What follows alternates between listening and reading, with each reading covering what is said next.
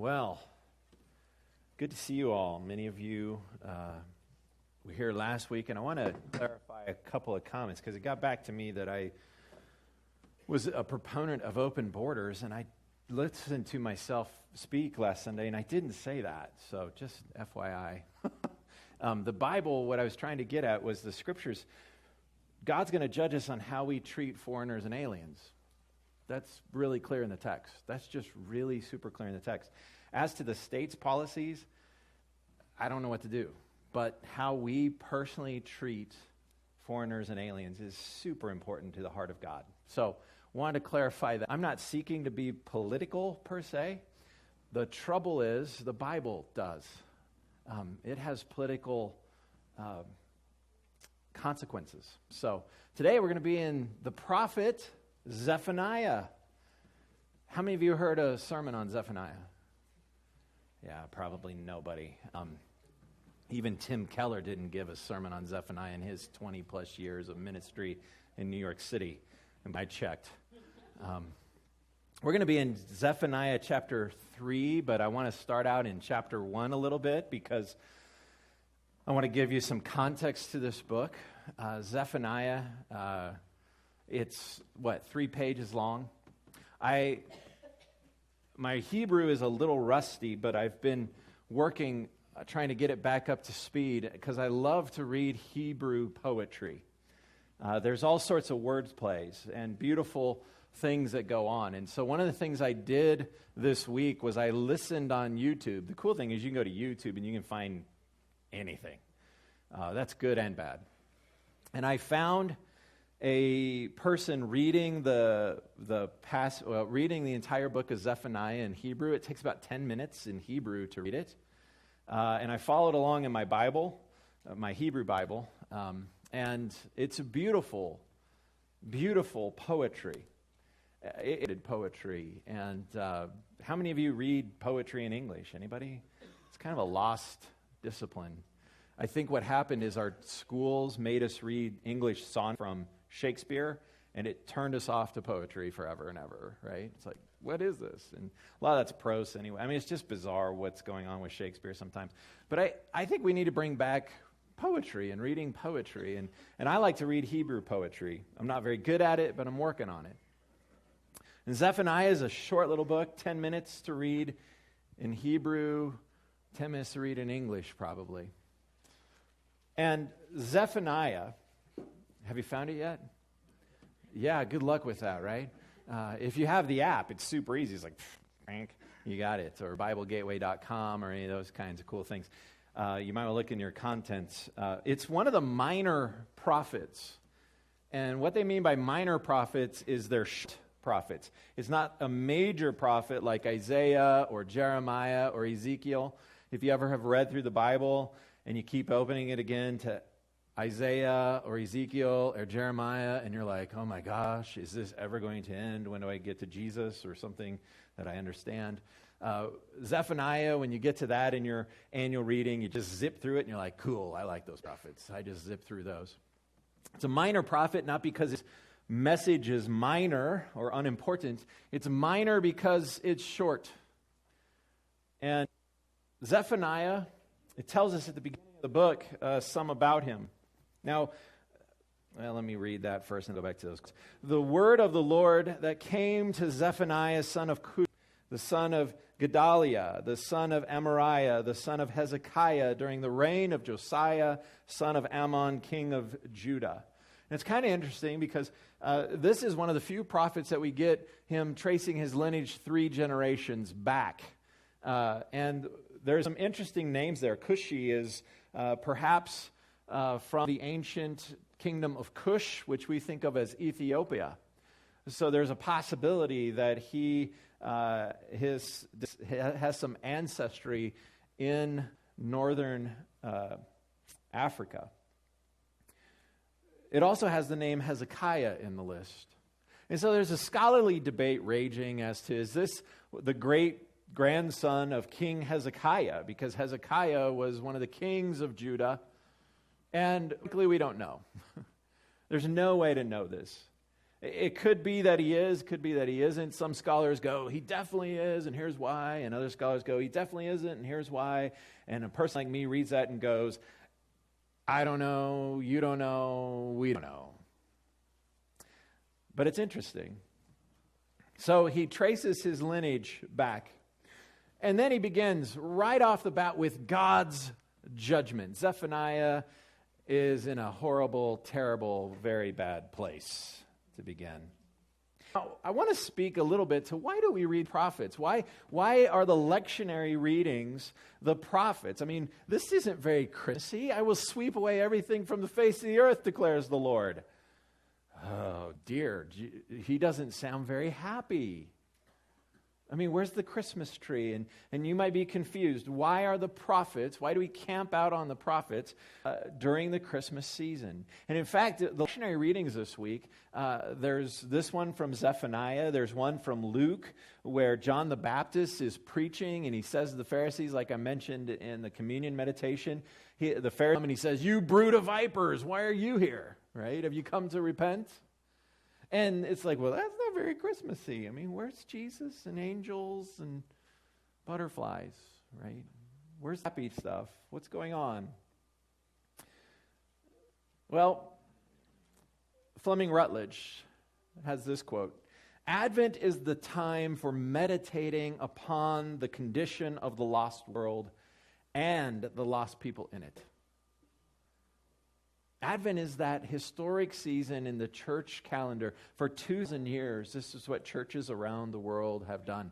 They have spent this season contemplating, meditating on the brokenness of this world. Now, why?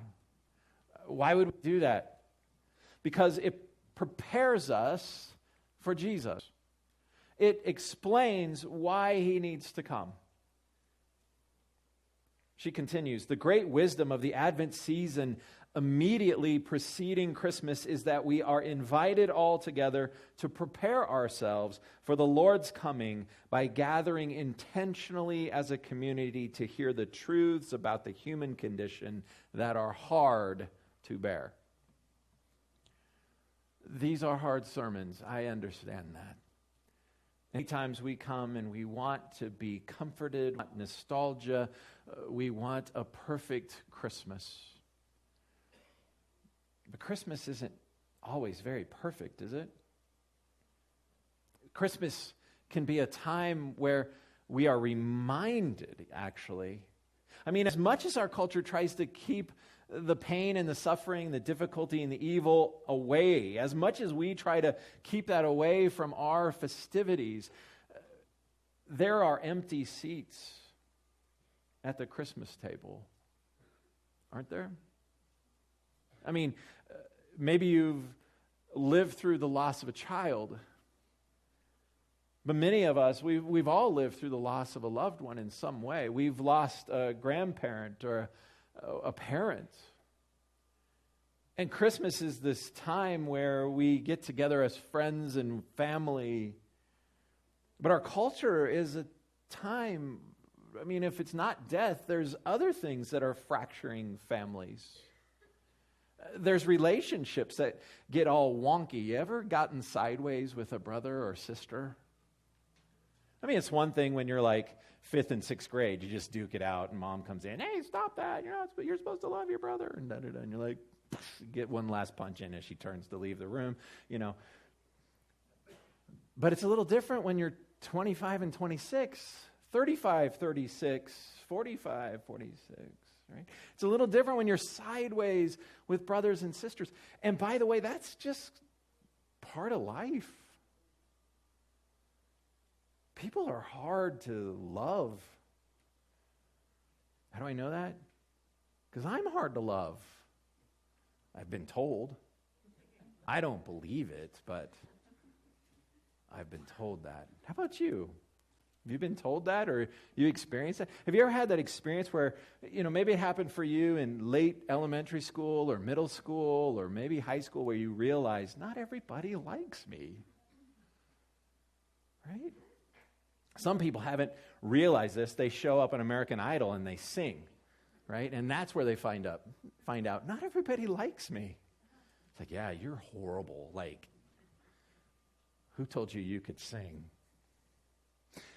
Advent is this season where we reflect upon these difficult things. And this reading from Zephaniah was a prophet who came to Judah, which is the kingdom of the south, and they still had the city of Jerusalem. They still had the temple. Solomon's temple still exists.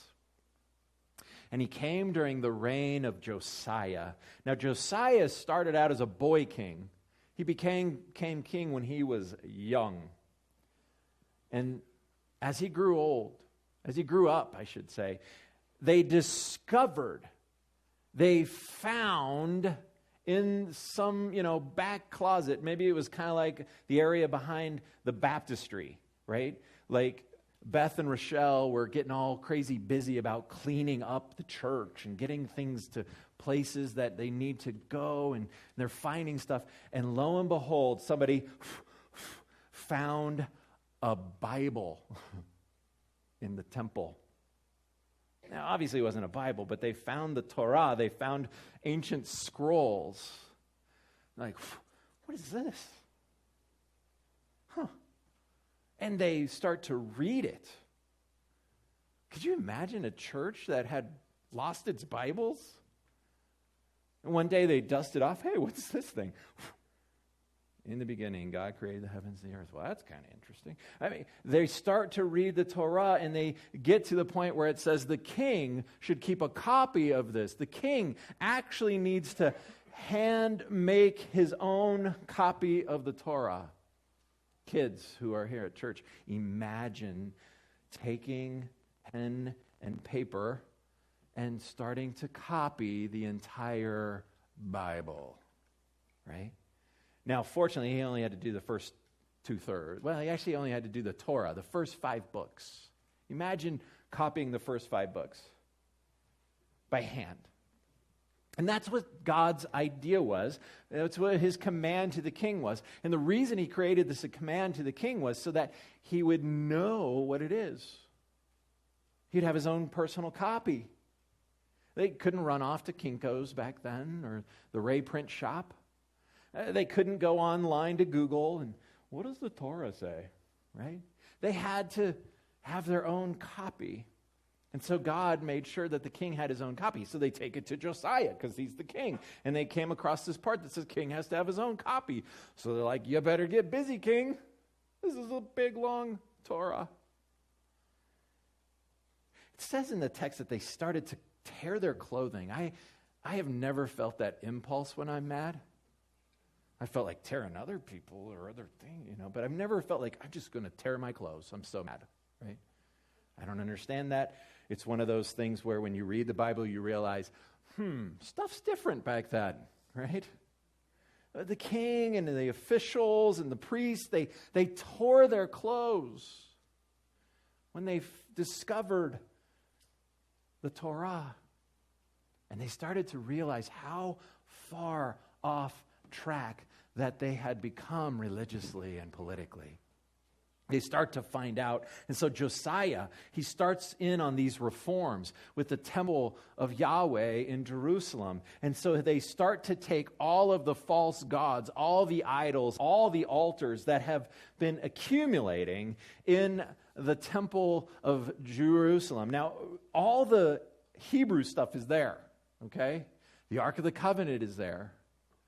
The cherubim in the Holy of Holies, the curtains are still there. The altar to Yahweh is still there.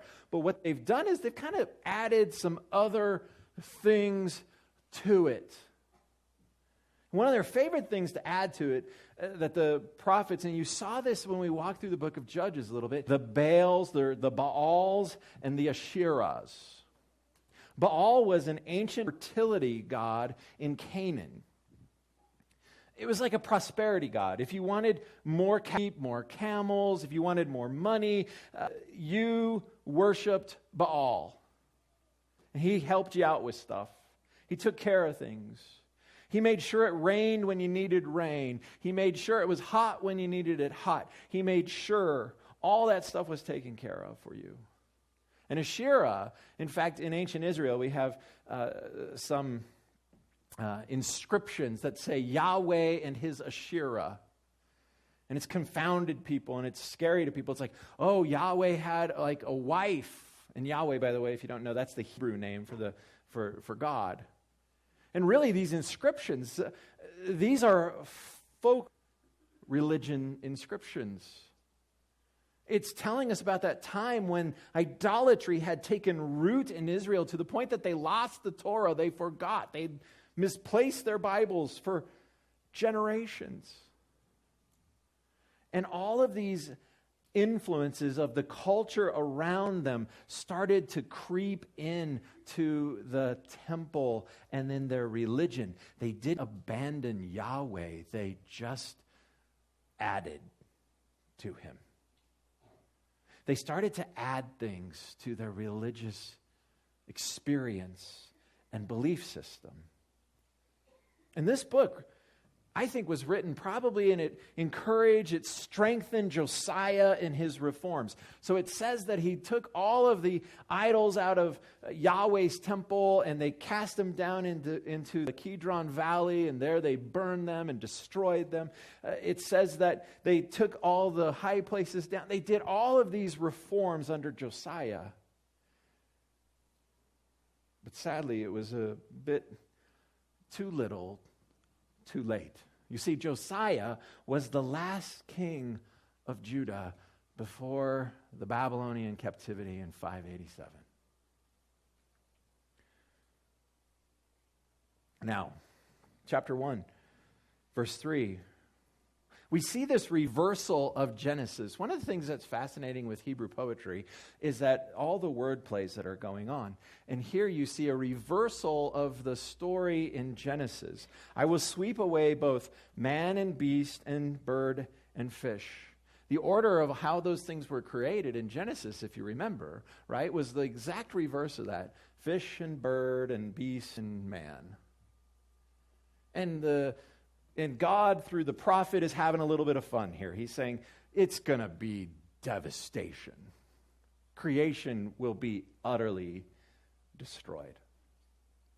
I will sweep away both man and beast. I will sweep away the birds in the sky and the fish in the sea.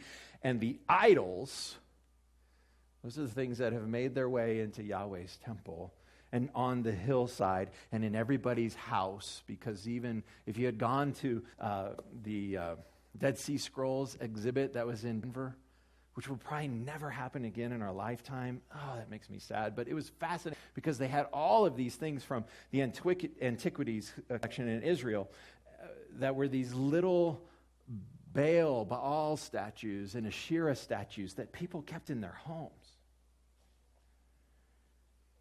And the idols that cause the wicked to stumble.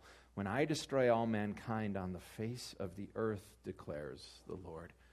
God's having a bad day. The earth, though, is having a bad epoch. I mean, this is tragic. This is horrible what's going on in Israel. And God's judgment is coming. Now, it's interesting because unlike the other prophets, Zephaniah never tells us how this will happen. The other prophets, they tell us Babylon's coming. But here, Zephaniah, he never says. In fact, the actor in all of Zephaniah is the Lord. The Lord's doing this to you.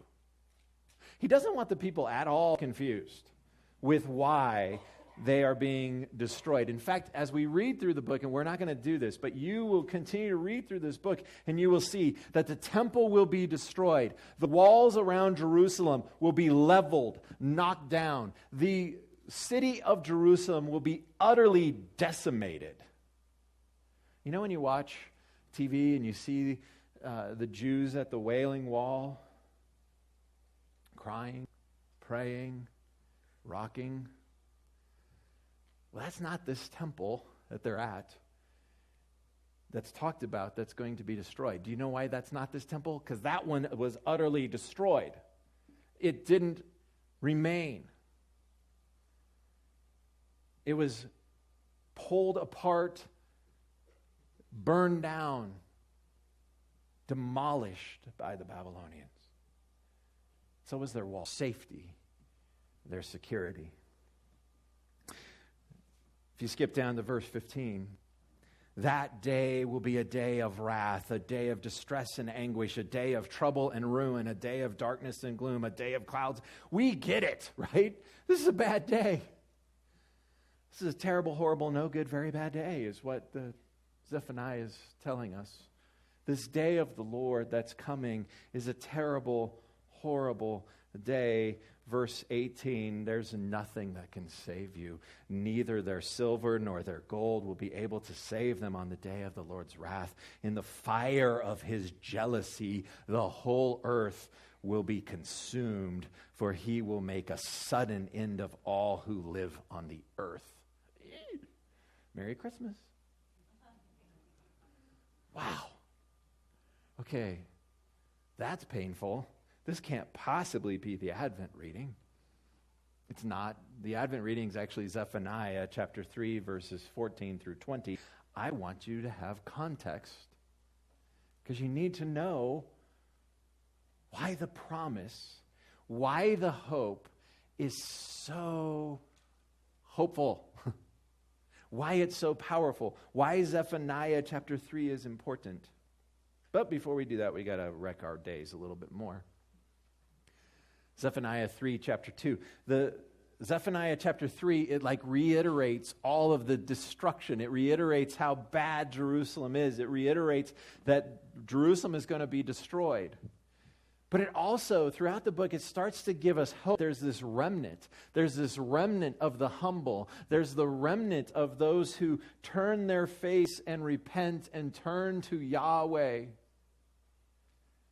In Zephaniah 3, it has these themes in it.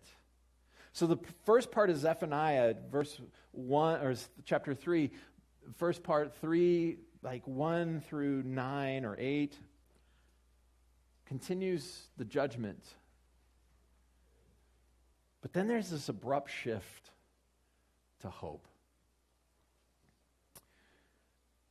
She obeys no one. Now he's talking about Jerusalem. She obeys no one. She accepts no correction. She does not trust in the Lord. She does not draw near to her God. It's so ironic because in the ancient worldview, where you would draw near to your God was the temple. And these people are really religious people. They go to the temple. They make the sacrifices. The trouble is they've added to the religion. They've added other gods and goddesses. They've added other practices. They've added other festivals. There's all of this extra that they've added.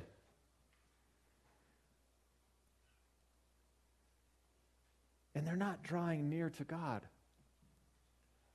They're drawing near to something, not to Him. Question. Could we possibly be guilty of this?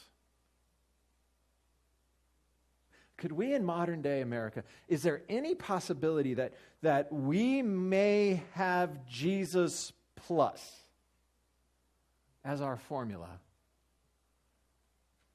for being a good Christian or being a good church member or being a good American, right? Is there any way that we could have Jesus plus?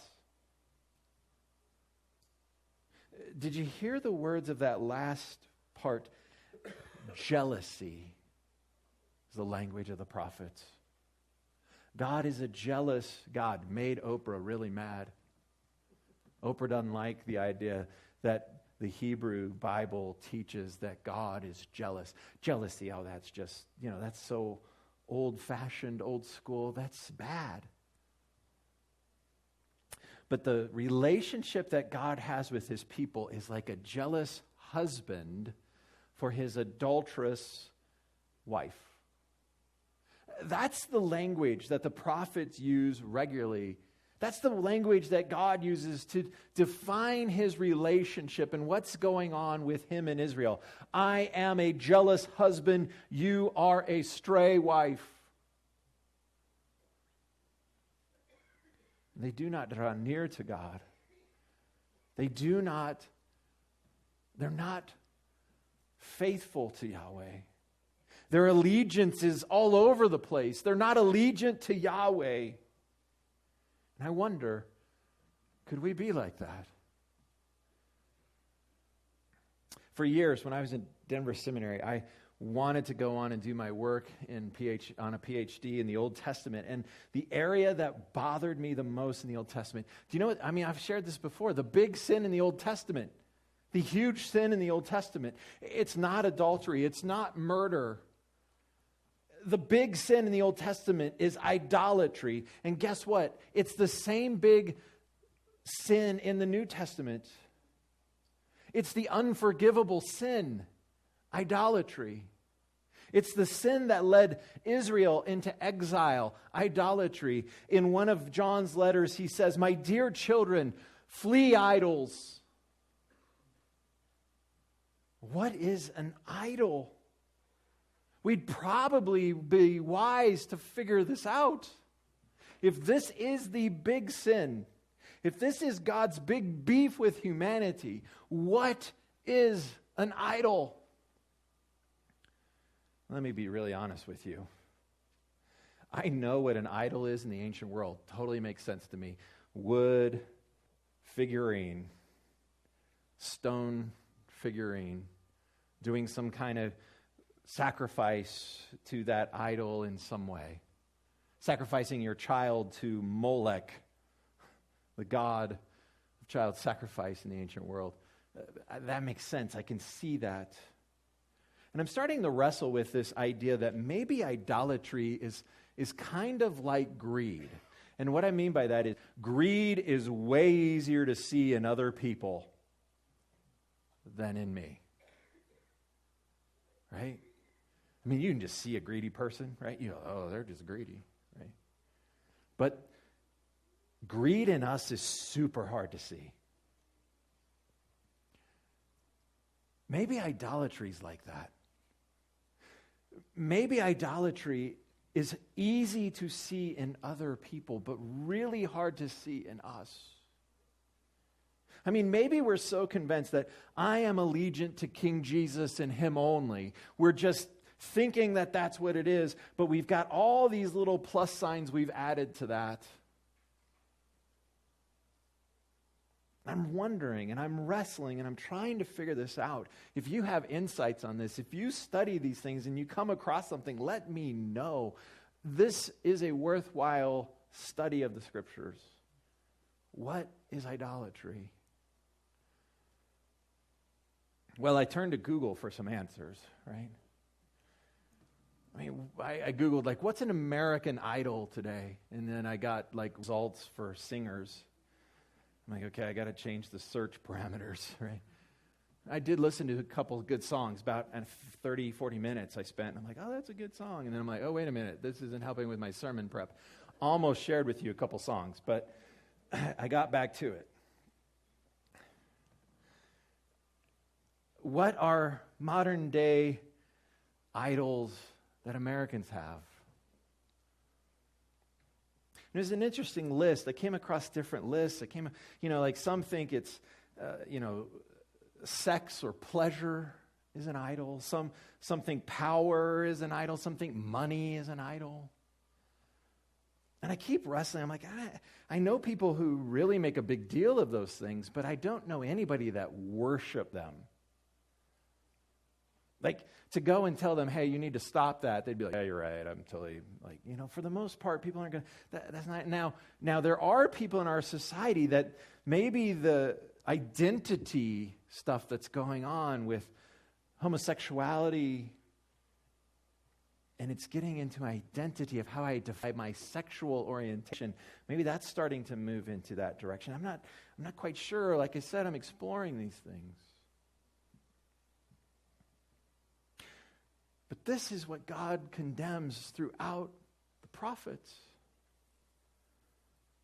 And I'm just wondering, what have you added to Jesus? In fact, I came across this. I think this might be helpful. Jacques Ellul, He is a French sociologist and theologian, and he said that here's our questions that may be able to help unveil idols in our time. He says, in whom or in what do we place our trust? In whom or in what do you place your trust? Like if you get, bad news about your marriage, your kid, your job, your health, what do you trust in? Do you trust in the principles of Dave Ramsey, setting aside an emergency fund in case the job ends? Do you place your trust in your own wisdom, talent, ability? I'll figure it out. I'm just going to soldier through. We will get this taken care of. We'll make it happen. Okay. Do you put your faith, your trust in government or authorities? The way you know that you might do this is you say, well, they'll figure it out. They will take care of it. Kids, you can know that you trust in mom and dad because you'll say, they'll fix it for us. Where do you put your faith, your trust? Another question. Where do we look for security and happiness? That's a really interesting question. Where do we look for security and happiness? Do we look for it in experiences, in things, in stuff, in people? Where do you look for security and happiness? Another question. Whom do we expect to guarantee our future? There's a whole industry based around that. You watch a football game and you quickly learn about all these investment groups that want to help you manage your money so you can get on the right path that leads to retirement. Who do you trust for your future? Fidelity? Vanguard? Your own smarts?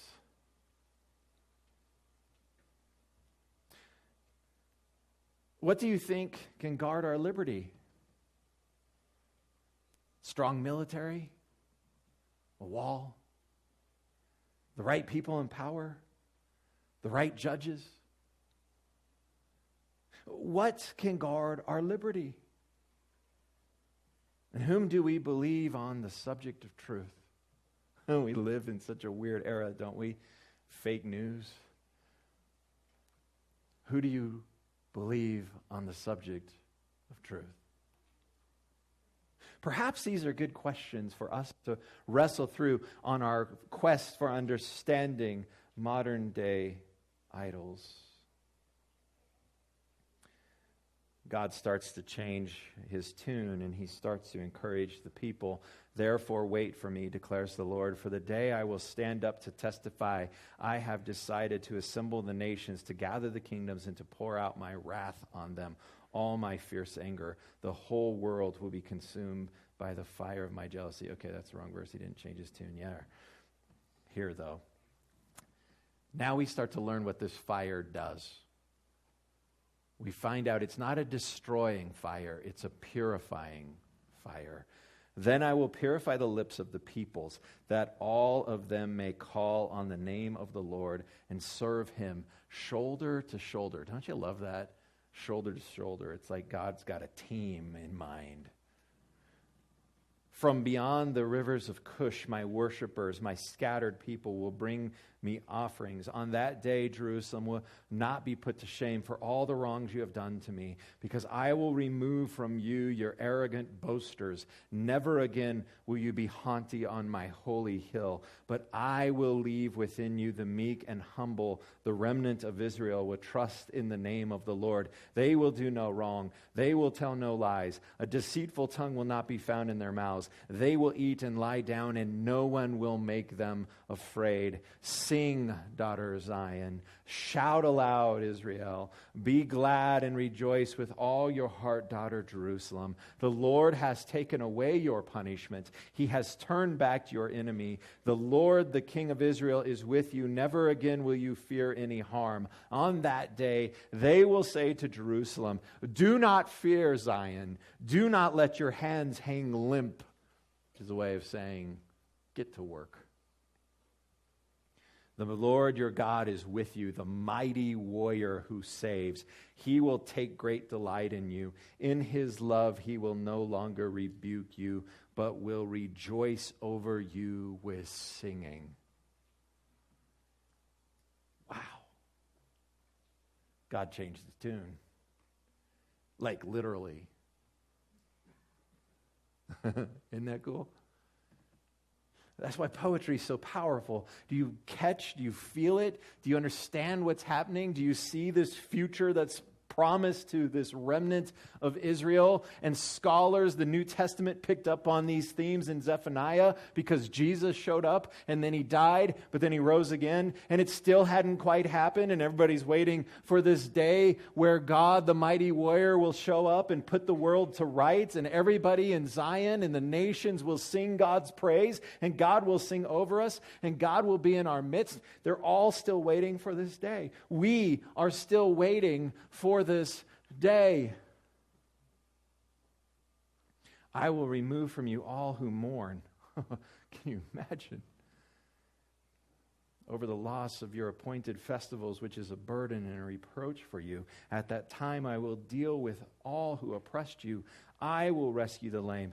I will gather the exiles. I will give them praise and honor in every land where they have suffered shame. Any question who's doing this? At that time, I will gather you. At that time, I will bring you home. I will give you honor and praise among all the peoples of the earth when I restore your fortunes before your very eyes, says the Lord. Did you hear the eyes in there? Who's doing this? Who should we trust with our futures? Who should we trust with our security? Who should we trust with our very lives? Who should we trust? You see, I think that's why adultery is so yucky. Because we are so blind. So easy for us to trust in the wrong things. It's so easy for us to get lost. I want to leave you with a hope and a promise. Do you hear that promise? I mean, I just got to read the text again, and don't you feel it? I love the end of that line.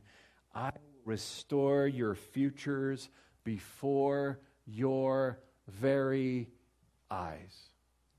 I think Americans really like that line.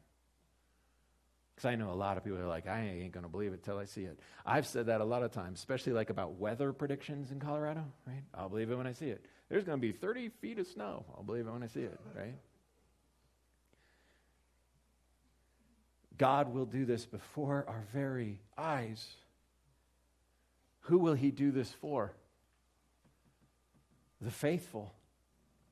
Those who follow Jesus. Those who through baptism have identified with Jesus Christ, his life, his death, his burial. Those who are followers, disciples of Jesus Christ. This is a promise for us. That God will restore your fortunes before your very eyes. Now, I don't know what you're going through in your life, but my guess is if you're like me, you've got some stuff in your life that's hard, difficult. There is suffering, there is pain, and you may be taking steps to medicate it. You may be taking steps to take care of it. You may be in your own wisdom or in your own sinfulness trying to figure out how to deal with that pain, how to deal with that suffering, how to deal with those tragedies, how to deal with these things.